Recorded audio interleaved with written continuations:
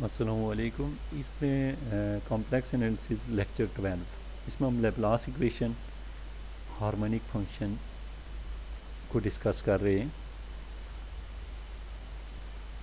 देखें, जो Laplace equation है, लेप्लास इक्वेशन ये है कि ये है नेबुला स्क्वायर यू। इसका मतलब क्या होता है? नेबुला स्क्वायर का मतलब क्या है? इसको हम डेल्टा भी पढ़ रहे होते हैं, तो उल्टा डेल्टा है ये नेबुला स्क्वायर। इसमें हमारे पास है u x x, it mean कि ये सेकंड डेरिवेटिव है, plus u y y equal to zero. इसको हम कहते हैं लेप्लास इक्वेशन। अगर ये कंडीशन हो, आपको ये फंक्शन दिया हुआ है और आप यहाँ पे u को 2 टाइम डिफ्रेंशिएट करें विद रिस्पेक्ट टू x और v को 2 टाइम डिफ्रेंशिएट करें, पार्शली डिफ्रेंशिएट करें विद रिस्पेक्ट टू y, सम आप करें, आंसर ज़ीरो आए, तो हम कहते हैं कि ये लेप्लास इक्वेशन ये है। और इस प्रोसेस को जो हम नाम देते हैं, इसको हम नाम देते हैं हार्मोनिक फंक्शन का। भी देखते हैं हार्मोनिक फंक्शन को। जैसे यहाँ देखें, सोल्यूशन ऑफ लेप्लास इक्वेशन हैवीज continuous second order partial derivative are called harmonic function and their theory is called potential theory. तो अब hence the real and imaginary part of analytical function is harmonic function. जो हमारे पास है real और imaginary part होता है, यानी जो u होता है और v होता है ऑफ एन एनालिटिकल फंक्शन का, हर फंक्शन का नहीं, एनालिटिकल फंक्शन का, उसको हम हार्मोनिक फंक्शन कहते हैं। तो यानी कि आप देख रहे हैं कि Laplace equation having continuous second order partial derivative, उसका हमने सेकंड ऑर्डर पार्शियल डेरिवेटिव देखते हैं। अब यहाँ पे आप देखें तो हार्मोनिक कंजुगेट क्या चीज़ है यहाँ पे। If two harmonic function u and v satisfy the Cauchy Riemann equations in a domain D, they are the real and imaginary part of an analytical function f in D, then v is said to be harmonic conjugate function of u। अब harmonic conjugate mean, आप देखें ना, u का हमने conjugate ले रहे हैं, वो v की तरफ जा रहा है। तो यहाँ पे आप एग्जांपल देखें ताकि आपको इन सारी चीज़ों को पता चले। How to find a harmonic conjugate function by Cauchy Riemann equation. अभी देखें जी, ये हमें u दिया हुआ है, ये हमें u गिवन है। अब हमने क्या करना है, is harmonic in the whole complex plane and find the harmonic conjugate function v of u। हमने u दिया हुआ, हमने v फाइंड करना है। चलें आए करते हैं इसको कैसे फाइंड करें। तो सबसे पहली बात ये कि हमने यू एक्स निकाला और यू वाई निकाला। अब हमने ये दोनों निकाल लिए, यू एक्स और यू वाई। तो हमें पता है कि काशी रीमैन इक्वेशन ये कहती है कि यू एक्स और यू वाई दोनों इक्वल होते हैं। हमने इन दोनों को एक दूसरे के इक्वल रख लिया।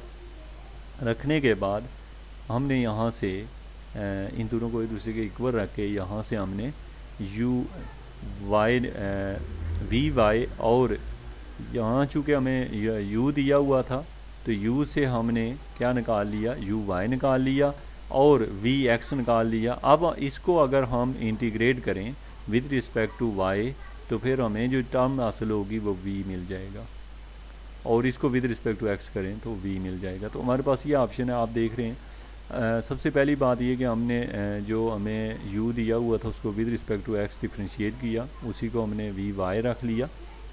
अब हमने इसको दोबारा से इंटीग्रेट किया, हमारे पास ये, और ये जो है एच ऑफ एक्स जो है ये इंटीग्रल कांस्टेंट आ गया हमारे पास, और वी ऑफ एक्स जो है वो हमारे पास जो है ये जो वैल्यू है, इसमें हमने इसकी जगह वैल्यू पुट कर ली, क्योंकि वी, अब ये जो वी आया इसको दोबारा से हमने डिफ्रेंशिएट किया और ये आ गया।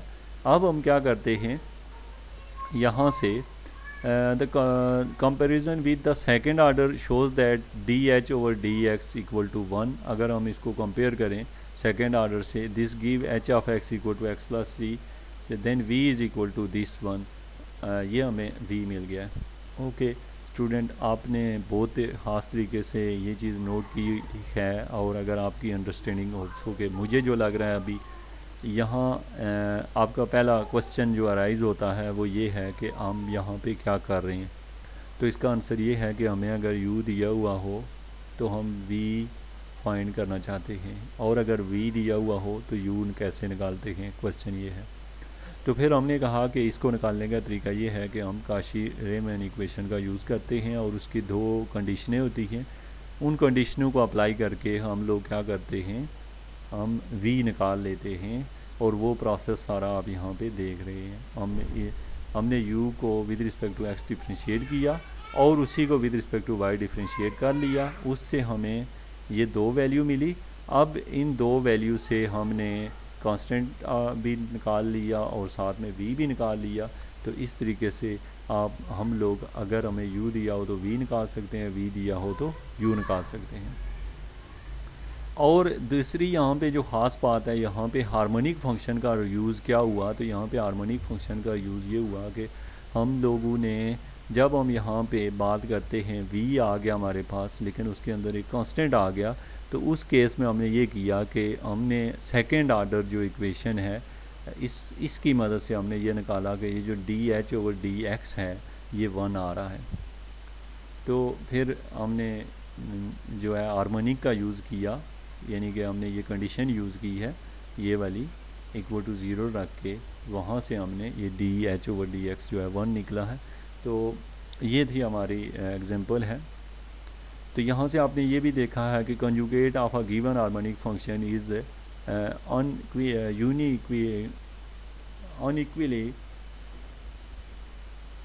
determined up to an arbitrary real additive constant. The Cauchy-Riemann equations are the most important equation in this chapter. Okay viewer, ये एक इम्पॉर्टेंट है इस चैप्टर के पॉइंट ऑफ व्यू से। इसमें थोड़े से कंफ्यूज नहीं होना आप लोगों ने बस इतना याद रखना है, आपसे जो क्वेश्चन पूछा जाए कि लेप्लास इक्वेशन क्या होती है, तो आप कहते हैं इस इक्वेशन को लेप्लास कहते हैं। और जो फंक्शन लेप्लास इक्वेशन को सेटिस्फाई करता है उसको हम हार्मोनिक फंक्शन कहते हैं। ये जो बात है आपने यहाँ पे लेप्लास इक्वेशन देखनी थी ये है, और हार्मोनिक फंक्शन क्या होता है जो लेप्लास इक्वेशन को सेटिस्फाई करता है।